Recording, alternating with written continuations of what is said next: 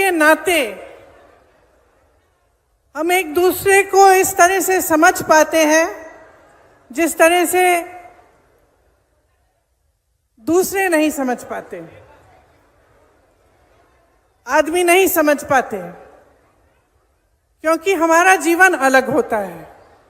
चाहे आप गांव में गरीब महिला हो, चाहे आप बड़े शहर में बड़े घर की महिला हो, महिला होने के नाते हमें संघर्ष का सामना करना होता है। किसी ना किसी तरह का संघर्ष हमेशा हमारे सामने आता है। जहाँ तक आपकी बात है, आप इतना संघर्ष कर रही हैं इतने सालों से, 20 सालों से, जब से ये सरकार आई है, आपको क्या मिला है? मैंने सबकी बातें सुनी, एक महिला नहीं थी, आंगनवाड़ी की महिलाएं थी, उनके प्रतिनिधि ने बोला, आशा बहुओं की प्रतिनिधि ने बोला, जीविका की महिलाओं के प्रतिनिधि ने बोला, स्वयंसेवक समूह की महिलाओं की प्रतिनिधि ने बोला, और सबने एक ही बात कही कि हमें सम्मान ही नहीं मिल रहा है। यही बात की अगर ठोस तरीके से देखा जाए तो जो वेतन मांग रही हैं, जो कह रही हैं कि हम दिन रात काम कर रहे हैं, हमें 12 बजे रात को फोन आता है तो हम चले जाते हैं किसी की डिलीवरी कराने, हम इतने छोटे 10 दिन के बच्चे को साथ अपने साथ ले जाकर गए हैं कोविड के समय, तो हमें 24 घंटे मौजूद होना पड़ता है, 24 घंटे तैयार होना पड़ता है काम करने के लिए, लेकिन हमारा सम्मान नहीं है, हमें वेतन ही नहीं मिलता। सब यही कह रहे हैं कि सरकार उनको जो मानदेय दे रही है, कहीं 1500, कहीं 3000, ये कोई मानदेय है? ये आज के जमाने में आप बाजार जाओगे, आपको क्या मिलेगा 3000 रुपए में? 1000 रुपए में क्या मिलेगा आपको? आधी चीजें आप छोड़ के वापस आ जाएंगी, और आपको महीने में 1000 रुपए दिए जा रहे हैं। त्योहार आते हैं, बच्चों की शिक्षा करानी है, बच्चे बीमार पड़ जाते हैं, घर के छप्पर में कोई लीक आ जाता है, पानी आ रहा है, उसकी मरम्मत करनी है, कैसे करते हैं आप ये सब? और जब आपको बुलाया जाता है आपको हाजिर होना पड़ता है। तो चाहे आप किसी पाठशाला में काम कर रहे हैं, चाहे आप मिड डे मील पका रहे हैं, चाहे आप स्वास्थ्य की सुविधाओं में मदद कर रहे हैं, चाहे कुछ भी कर रहे हैं, आपके 8 से 10 घंटे इसी काम में गुजरते हैं। आप घर आती हो तो ये नहीं है कि आराम से लेट सकती हो, आप घर आती हो तो आपको अपने बच्चों को संभालना है, उनकी पढ़ाई की देखरेख करनी है, किसी का स्वास्थ्य ठीक नहीं है उसका देखभाल करना है, पूरे घर को खाना खिलाना है, परिवारजनों को खाना खिलाना है, और जब तक वो सब सोते नहीं हैं तब तक आप सोती नहीं हो। सच है कि नहीं है? सच है ना? तो ये समाज और ये जो सरकारें हैं, ये आपका सम्मान क्यों नहीं कर रहे हैं? ये मैं पूछना चाहती हूं। आपने सोचा है कि चुनाव आ रहा है, चुनाव के आज शायद 1-1.5 महीने पहले हम, चुनाव आ रहा है तो आपको 10,000 रुपए मिल रहे हैं, तो ऐलान हो गया है कि आपको 10,000 रुपए दिए जाएंगे। 20 सालों से यहां कौन सरकार में रहा? 20 सालों से किसने नीतियां बनाई? 20 सालों से ये 10,000 रुपए आपको क्यों नहीं दिए?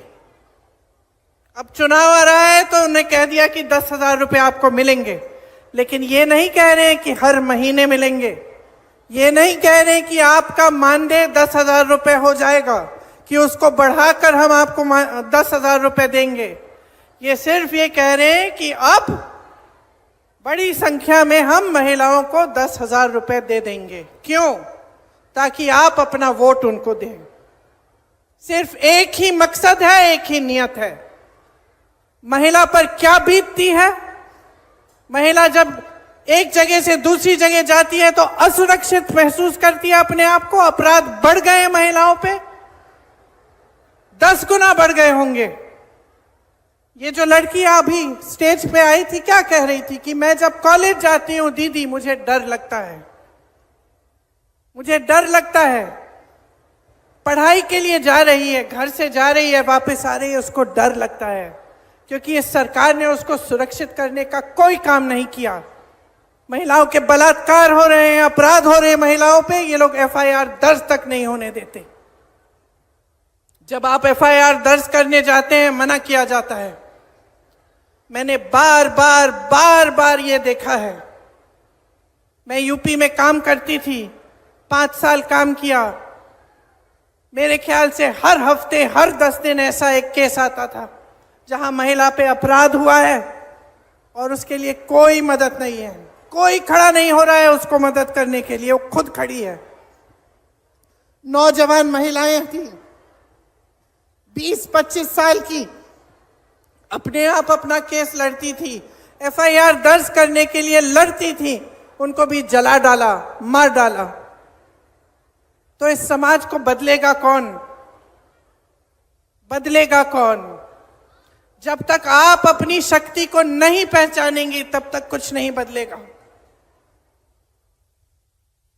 और मैं तब से, जब से मैं यूपी में काम कर रही थी, जब से मैंने वहां कहा कि 40% महिलाएं कांग्रेस पार्टी से चुनाव लड़ेंगी, चाहे हारे चाहे कुछ ना हो, लेकिन लड़ेंगी जरूर।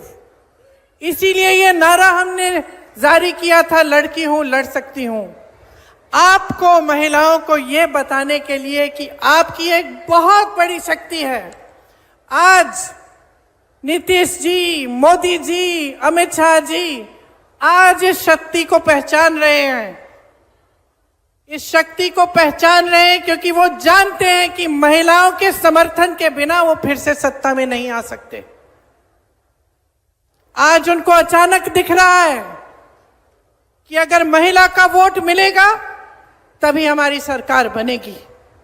इसीलिए सारी नई नई स्कीमें निकल रही हैं चुनाव से पहले पहले। लेकिन बहनों, हम महिलाएं तेज भी होती हैं, हमें लोगों की नीयत जल्दी समझ में आ जाती है। अगर हम अपनी बेटी के लिए कोई लड़का देखने जा रहे हैं, सबसे पहले हम उसकी नीयत देखते हैं क्या है, समझ जाते हैं कि किसकी नीयत में खोट है। तो जब आपको सिर्फ चुनाव के पहले स्कीम दी जा रही है, सिर्फ चुनाव के पहले पैसे दिए जा रहे हैं, आपको समझना चाहिए कि नीयत में खोट है। लेकिन आपकी जो इतनी बड़ी शक्ति है वो आप खुद नहीं पहचान पा रही हैं। अगर आप एकजुट हो जाएंगी, इस देश की आधी आबादी है, देखते हैं कौन रोक सकता है आपको। देखते हैं किसकी हिम्मत है, किसी भी पार्टी की हिम्मत हो कि आपको 3,000 रुपए का मानदेय दें महीने में।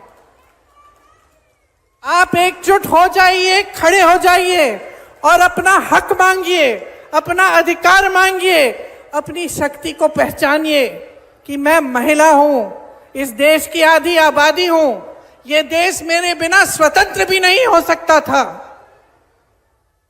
अगर इस देश की महिलाएं उस समय नहीं जागी होती, अगर वे स्वतंत्रता संग्राम में इकट्ठे होकर लड़ती नहीं, तो हम आज स्वतंत्र भी नहीं होते। तो हाँ, समाज और सरकार को पहचानने की जरूरत है कि हमारी शक्ति क्या है, लेकिन हमें खुद पहचानना पड़ेगा कि हमारी शक्ति क्या है। हमें खुद एकजुट होना पड़ेगा, हमें खुद देखना पड़ेगा कि कौन सी पार्टी, कौन सा गठबंधन हमें सम्मान दे रहा है। और सम्मान का मतलब ये नहीं है कि चुनाव के 10 दिन पहले 10,000 रुपए पकड़ा दिए, हमें खरीदने की कोशिश है। ये हमारा सम्मान नहीं है। हमारा सम्मान तब होगा जब आपको मानदेय, हर महीने का मानदेय सही मिलेगा। सम्मान तब होगा जब आपको पैरों पे खड़े होने के लिए पूरी तरह से सरकार आपका समर्थन करेगी। आपका सम्मान तब होगा जब आपकी बेटियां पढ़ने जाएंगी और अपने आप को सुरक्षित समझेंगी। और मैं आपको सीधा सीधा बता देती हूं कि भाजपा की सरकार, नीतीश जी की सरकार आपको कभी इस तरह का सम्मान नहीं देंगे। 20 सालों से इनकी सरकार चल रही है। आप आवाज उठाती हैं तो क्या होता है, यहां मंच पे कहा, आप आवाज उठाती हैं तो आपका मुंह बंद किया जाता है, पुलिस आ जाती है आपको पीटने, आपको गिरफ्तार करने के लिए। क्यों? अपराध कर रही हैं आप।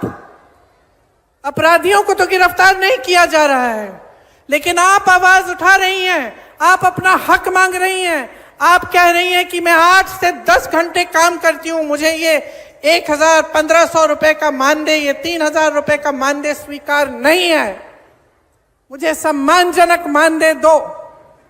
तो आपको पीटा जाता है, आपको पकड़ के थाने ले जाया जाता है। ऐसी सरकार कभी आपका सम्मान नहीं कर पाएगी। हमारे गठबंधन ने तय किया है कि जो जरूरतमंद महिलाएं हैं उनको 2,500 रुपए हर महीने मिलेगा। आपके मानदेय की बात हम सब अच्छी तरह से समझ रहे हैं और आपके मानदेय को बढ़ाने के लिए, आपके सम्मान के लिए हम सब काम करेंगे। आपने यहां मंच पे कई महिलाओं ने अपने बच्चों के स्वास्थ्य की बात की। हमने तय किया है कि जिस तरह से कांग्रेस की सरकार ने राजस्थान में 25 लाख का स्वास्थ्य बीमा जारी किया था, उस तरह से बिहार में हम उसे लागू करेंगे। इसका मतलब है कि 25 लाख रुपए तक कोई भी स्वास्थ्य सुविधा, चाहे वो सर्जरी हो, दवा हो, कुछ भी हो, वो आपको मुफ्त में मिलेगी। ये आपके समर्थन के लिए है, ये इसलिए है ताकि आपको अपने बच्चों के लिए, अपने स्वास्थ्य के लिए, अपने परिजनों के स्वास्थ्य के लिए संघर्ष नहीं करना पड़े। हमने ये तय किया है कि हम भूमिहीन परिवारों को 3 से 5 डिसमिल जमीन दिलवाएंगे।